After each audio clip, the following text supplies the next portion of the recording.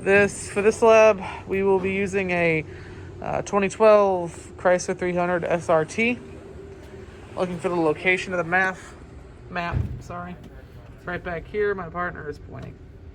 This Chrysler 300 uses single port indirect injection into the cylinders on both sides of the engine. And down here you can see the different pinouts of the MAP sensor and the powertrain control module.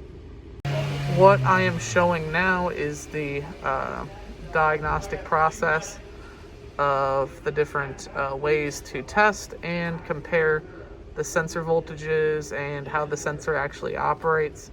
If you use this, going through it, it's very easy to diagnose.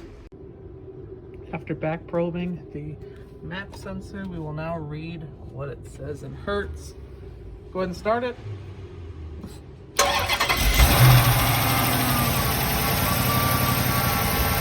So we're currently reading at around 250 volts per hertz. Here we have back probed our source voltage, which is our yellow-pink wire, and it's 5 volts. The ground wire is the dark wire, that blue wire right back there, the middle one. And the signal wire is the purple wire you see on the far back there. With key on, engine off, and the sensor connector disconnected, the signal that is reading is 4.91 volts. We will now be testing the MAP voltage/frequency at 15 inches of vacuum. So currently I am on volts. Connector is plugged in. At 15 inches of vacuum, we are just at 1 volt and dropping. Here you can see we're connected. At 18 inches of vacuum, we're sitting at 1.3 volts and right around 300 hertz. In this test, he will blip the throttle and you'll see the multimeter change in accordance to it. So watch the multimeter. So you can see the volts will kick up and then they'll drop back down. Watching the hertz of a sensor, you should see something similar. So the hertz drop and they will actually come back up.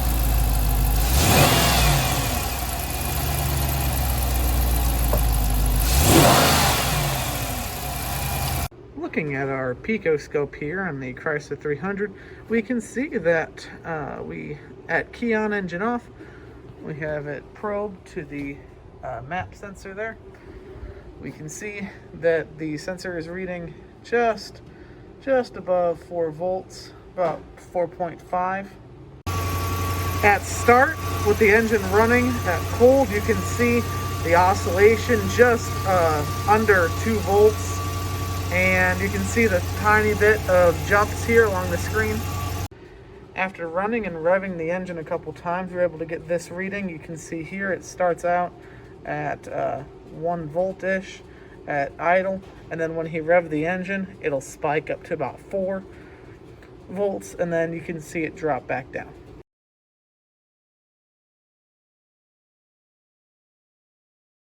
Starting this MAF lab, we will be working on this 2000 Buick Century. Right here is the mass airflow sensor with the 3 wires, a pink, a black, and a yellow. According to our diagram here, our black wire is the ground, yellow is the signal wire, and pink is the hot at all times ignition positive voltage wire. The AUT wires are green and black, blue and black, blue and white. According to the rest of this diagram, the other circuits that are connected are the mass airflow sensor, the idle air control valve, and the NOx sensors. So, measuring the frequency of the mass airflow sensor. We have it wired up. We're running about 3.69 hertz, so about 300 hertz. And the ground is right there. With the engine running at idle, you can see that the readings go up a little bit to about 3.7 hertz. Up into 3,000 hertz. Before it was sitting at about 300. Now it's sitting at 3.75. If you picked up your idle up to about 2,000 RPM, you can see the hertz. You can see the hertz climb to about the top end is about 5 hertz right there. So that's a good thing to range. This will show you grounding out your signal wire to simulate a short or an open in the circuit. You see what happens when I touch it. You see the RPM of the engine actually drop, and it runs rougher. Doesn't know what it's doing, doesn't like it. Almost sounds like it's going to stall the more I hold it. And when I let go, it will return back to normal. Now I will be disconnecting the mass airflow sensor to see how the vehicle responds. Pulling it out, the vehicle runs worse. It does run, but not as well as before. The ECM is currently confused because I pulled the sensor out of it. See here, the top end is 6, bottom end is close to 0. Volts wise, there's your frequency table down there. Your value is about 2, which is kind of what we were looking at on my reader. If I go here and go to, you can watch me rev the engine. You can see the thing actually compress and the frequency get tighter.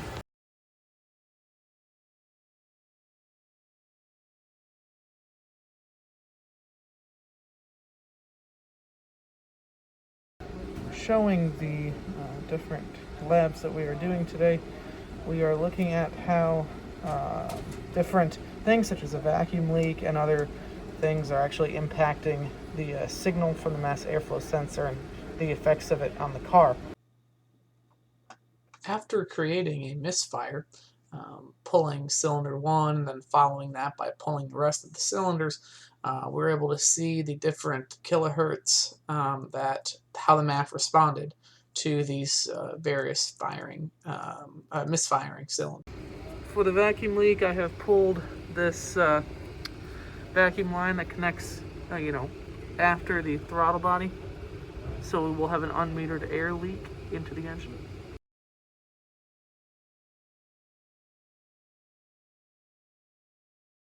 For this test, we will be partially blocking the air filter to see what kind of conditions we will record.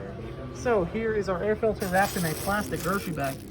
We're going to put it in and test it.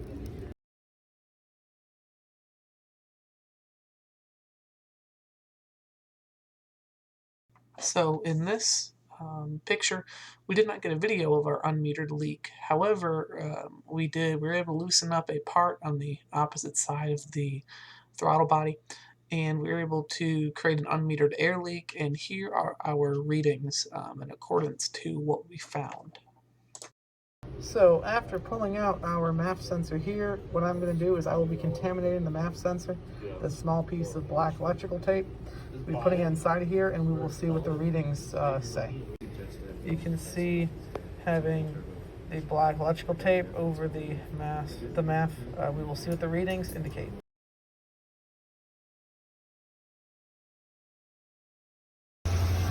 So in this test, I will be demonstrating the hertz of the sensor and what will happen if you create a misfire on one of those cylinders. So the engine's running 4, and we can see the actual hertz of the sensor is going down.